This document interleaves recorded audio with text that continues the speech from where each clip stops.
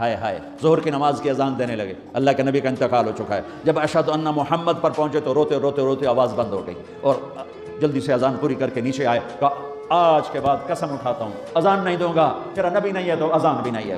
اور حضرت ابوبکر سے اجازت لے کر جب وہ خلیفہ بن گئے، جہاد پہ چلے گئے، 6 مہینے تک آئے نہیں۔ لاکھوں صحابہ جہاد میں گئے، کسی کو میرے نبی خواب میں نہیں آئے، صرف بلال کو آئے۔ بلال یہ کیا بے وفائی، ہم سے ملنا ہی چھوڑ دیا، ہمارے پاس آنے چھوڑ دیا۔ آنکھ کھلی تو ان کو یوں لگا جیسے اللہ کے نبی زندہ بلا رہے ہیں، یا رسول اللہ میں آ گیا، یا رسول اللہ میں آ گیا، اور اسی وقت اونٹنی کو بھگایا۔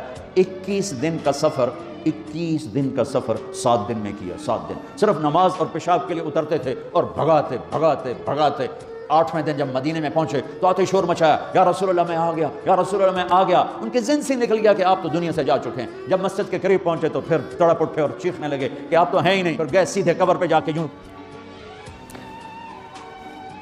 قبر کو لپٹ گئے، یا رسول اللہ میں تو آ گیا ہوں، آپ کہاں ہیں؟ یا رسول اللہ میں تو آ گیا ہوں، آپ کہاں ہیں؟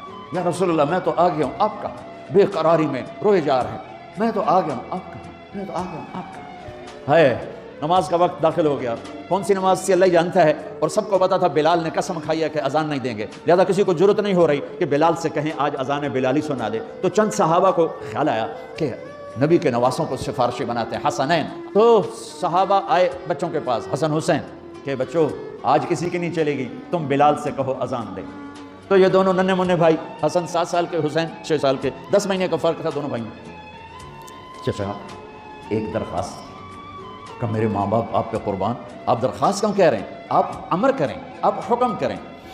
کہنے لگے جیسے آپ ہمارے نانا کے لیے اذان دیتے تھے آج ہمارے لیے دے دو۔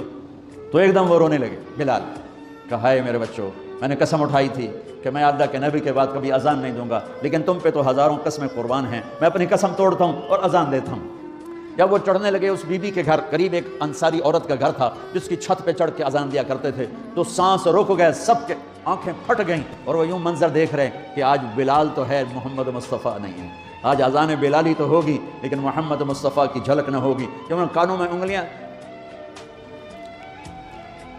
جب انہوں نے اللہ اکبر کہا تو مدینے میں گھر گھر ماتم بچھ گیا، عورتیں بھی چیختی ہوئی گھروں سے باہر نکل آئیں، سارے مدینے کی گلیوں میں چیخ و پکار مچ گئی، اور یوں سب کو لگا جیسے محمد مصطفیٰ زندہ ہیں اور ان کا زمانہ ہے، لیکن آپ تو جا چکے تھے۔ یہ بلال کو جو رتبہ میرے رب نے دیا، یہ غلامی مصطفیٰ کی وجہ سے دیا ہے۔